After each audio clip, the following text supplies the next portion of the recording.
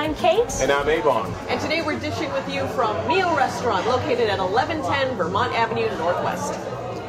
And our guest today is Ski Johnson, who's a jazz artist and Grammy nominee. It's phenomenal. We're so happy to have you here. But the first thing I want to say I'm ecstatic to be here, man. Thank you. How long have you and your sax been together? Together? I've been playing for about 26 years. Okay, so it's like a very long-term relationship. Wait, always with this saxophone, because I don't know if the viewers can see the saxophone, but this is a very, very loved, very worn instrument. And I think there's a story that goes along with how you started playing the saxophone, how you first got the saxophone. I was at Duke Ellington School for the Performing Arts in Georgetown, and I was playing clarinet, and I wanted to play they said, well, if you want to make some real money, play the saxophone. So I started. Well, as opposed to like playing the guitar or playing the harp. I was a clarinet. I wanted to be I wanted to be the Benny Goodman. What did you mean by real money? I mean, because it was a more marketable instrument. Okay, sure. So I worked at McDonald's and I worked for the Marion Barry Summer Youth Program. I saved all my money. I was supposed to buy school clothes. But I bought this instrument, and I've had it ever since. Well, a stylish man who knows a stylish instrument. Now you have just loads of sponsors. I mean, the clothes are flooding in, the cars are flooding in. Yeah. Tell me about your cars. The Rolls Royce and Bentley. You know. So do you actually get to drive Rolls Royces and Bentleys? Well, the Bentley I keep, but the Rolls Royce they chauffeur me. It's a $700,000 car, so they won't let me drive it. They only chauffeur me. So. And I'm sure the only music you're listening to in that car is jazz music, soulful jazz. Oh, your own, right? I listen to everything. Oh, really? Do you get inspiration from all kinds of music? Everything. I mean, when I say everything, I mean everything. Everything from Yanni to punk rock. I listen to everything. That is the spectrum right there. That is punk rock. I can't believe I'm about to admit this, but Yanni was my first concert ever. So right on. What's wrong? Like in public? Yeah. But I've listened to your newest album, New Beginnings. Mm-hmm. Why did you decide, this is not your first album, but New Beginnings, what's the new beginning? This is my 8th album, and I've made a lot of mistakes in the business. I've learned a lot of lessons. When I say lessons, a whole lot of lessons. And this album was a turning point, New Beginnings. I've dedicated to the American Cancer Society. The one album that I dedicate to a cause in my whole career goes to #1 and is nominated for 3 Grammys. So I think there's a story in there. It's something to be said about that, and it's God's will. So I think it's my time. What was a turning point can you give me an example of a turning point that got you to New Beginnings as well as one of those lessons you learned? Yeah, to decide to dedicate. Being on tour, being young and having too much money too fast and being out of control. You're wilding out, probably. Yeah, out of control. I mean, but you learn, and now at this point, my thing is just be humble.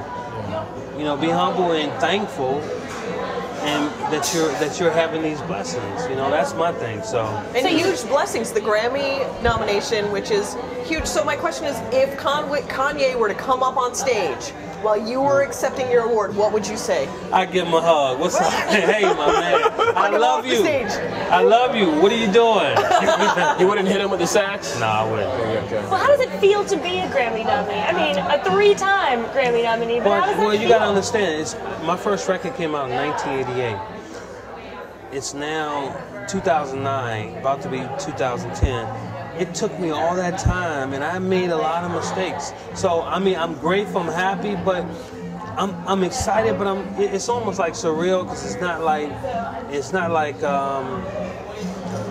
like it's really happening, because now it doesn't mean, it means a lot, but it's just not as much as what it meant. I'm not going to react the same as I would have acted maybe 10 years ago. So you appreciate it more because of all the 20 odd years you've put into this. Absolutely. And because I've made those mistakes and I've learned so much and I've grown wiser, that I take everything sort of a different way. A different stride. So. Do you think there's added pressure then that the next album will also be nominated for a Grammy, or do you just kind of taking it slow and having another new beginning? No, I mean, it's no added pressure because you have to understand, I am not your typical jazz artist. I've never been. I've always did my own thing. You know, I talk on my records. You know, most jazz artists don't talk on their records. I put hip hop beats and play over them. That's unheard of for jazz art. They don't do that, and I've always done that. But I've been consistently doing the same thing for 20 years. It just so happens that the wheel or the stars, so to speak, are lining up at this time, and it's my time.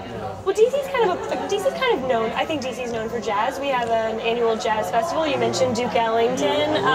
Do you think that you were always influenced to be a jazz artist because of those influences around the DC area, or do you think that you have helped to make DC into the jazz area that it is today?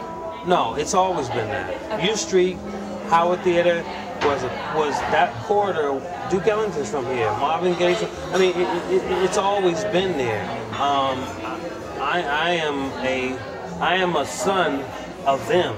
I'm recognizing from them that this is, you know, that I've taken what you've created and put back. You've mentioned a few other artists, Marvin Gaye, Duke Ellington, and so forth.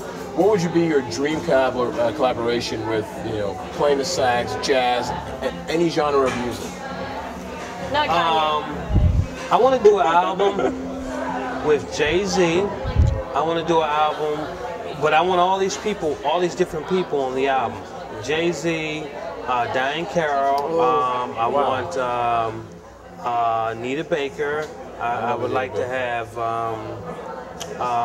What's my man? I love Frank Sinatra. Maybe his son. I would like to have just all genres and me playing to all genres because it would be so creative to do that. And I just think it would be just nice to have all those genres of music on the album. I think it would be hot. That'd be very interesting. You don't see that a lot. You don't see that a lot with any particular type of music. So Right. Well, where do you hope this goes for you? Well, of course, we hope you win the Grammy. But after that, what? Another album. I'm doing a 40-city tour with American Cancer Society. An event coming up also on the 27th with the American Cancer Society. I'm doing a major, chilled out, relaxed event at the W Hotel overlooking the White House, and it's on the terrace. In the POV, it's going to be gorgeous. I want to invite everybody to come out. It's going to be nice, and it's to benefit the American Cancer Society. So please support and